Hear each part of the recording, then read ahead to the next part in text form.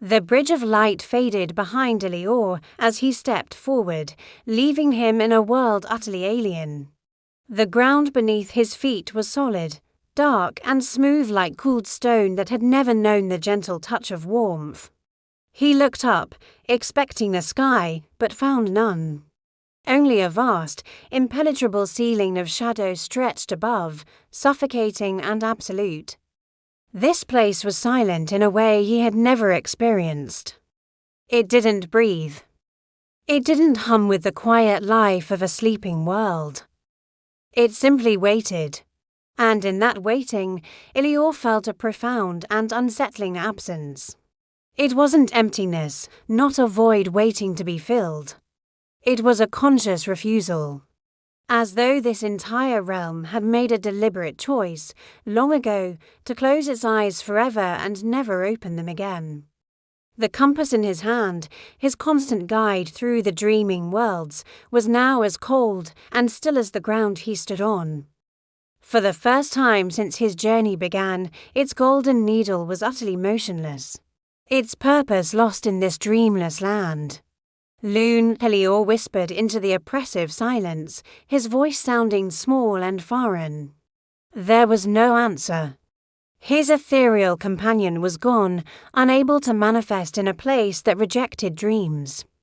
He was truly alone. His eyes scanned the bleak horizon, and that's when he saw it.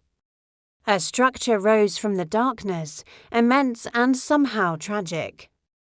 It looked like a tower abandoned halfway through its making, a monument to an ambition that had failed.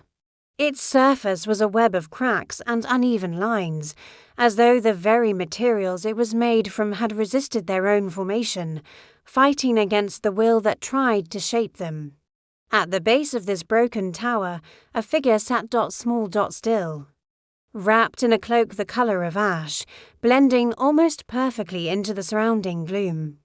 Elior approached with caution, his footsteps making no sound on the smooth, dark ground. The figure didn't turn, didn't even seem to register his presence until he was just a few feet away. "I was wondering when you'd arrive," it said quietly. The voice was young, startlingly so. It held no trace of age or malice, only a deep-seated weariness. It couldn't be older than Elior, perhaps even younger. "You're the one waking the worlds," Elior stated, the words feeling heavy in the still air. It wasn't a question, he knew. The figure gave a slow, almost imperceptible nod. "I'm trying to," it replied, its voice a soft murmur against the silence. Why, Elior asked, the question that had driven him across the cosmos. Why would anyone want to shatter the peace of the dreaming worlds, to force them into a state of perpetual, jarring wakefulness? The figure was silent for a long time, the quiet stretching until it felt like a physical weight. Then, with a slow, deliberate movement, it stood. As the cloak shifted, Elior saw a face for the first time.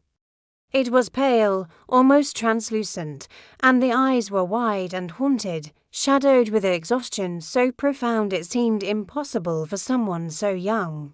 "I don't dream," the figure said, the admission hanging in the air like a final, unbreakable truth. "I never have." Elior felt something shift inside him, a pang of understanding that went deeper than pity. This wasn't a monster driven by a lust for power. This was a child, lost and afraid.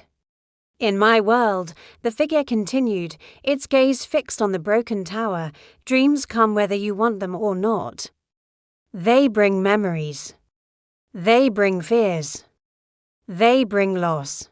The tower behind them let out a soft, mournful creak, as if echoing the sentiment. "I built this place so I wouldn't have to sleep," the figure confessed, its voice dropping to a near whisper. "So nothing could hurt me while I wasn't watching."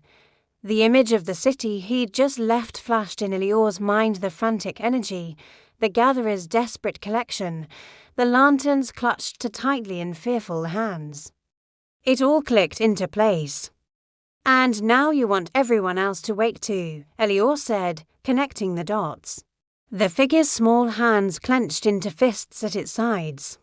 If no one sleeps, it said, the words sharp with a desperate, flawed logic, no one is vulnerable. No one can be hurt in the darkness. At that moment, the compass in Elior's hand pulsed with a faint, weak throb. It wasn't the familiar warmth of a dream calling to him. It was a pulse of pure, unadulterated sadness, a sorrow that seemed to emanate from the very core of this broken world. "You're wrong," Elior said, his voice gentle but firm. The figure looked up sharply, its tired eyes flashing with anger. "You don't know what it's like," it snapped, the first real show of emotion. "To close your eyes and lose control. To be at the mercy of whatever your own mind decides to throw at you." Elior took a step closer, closing the distance between them. He didn't flinch from the anger. He met it with empathy. "I do," he said, and the simple honesty of his words cut through the tension. "I know exactly what it's like. That's why I keep walking. That's why I journey through the dreams instead of running from them." As he spoke, the shadows around them seemed to stir, writhing as if disturbed. The tower groaned again, louder this time, new cracks spreading along its surface like black lightning. The world itself was reacting to this confrontation, to the first real challenge to its dreamless state. "You don't need to wake the worlds," Elior continued, his voice gaining strength. "You're trying to build a fortress around everyone to keep them safe, but all you're building is a prison. What you really need is to let the worlds hold you." The figure shook its head, a gesture of fierce denial. "They never held me," it choked out, the words thick with a pain that felt ancient. "They only ever tried to break me." Elior looked at this lonely, frightened being and understood. It wasn't about control or power.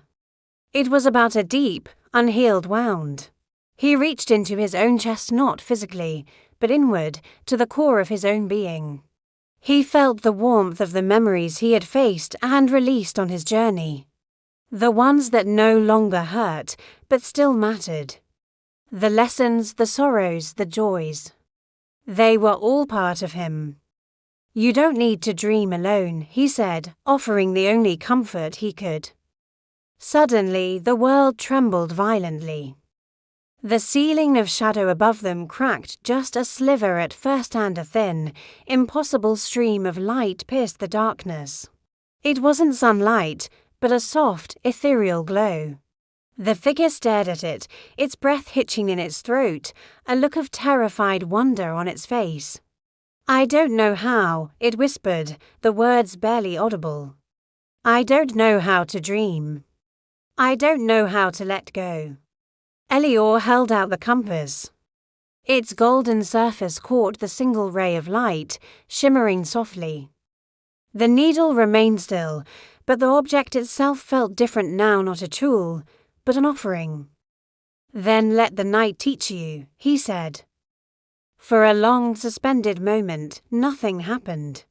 The figure stared at the compass, then at Elior's outstretched hand, its gaze flickering between fear and a desperate, burgeoning hope.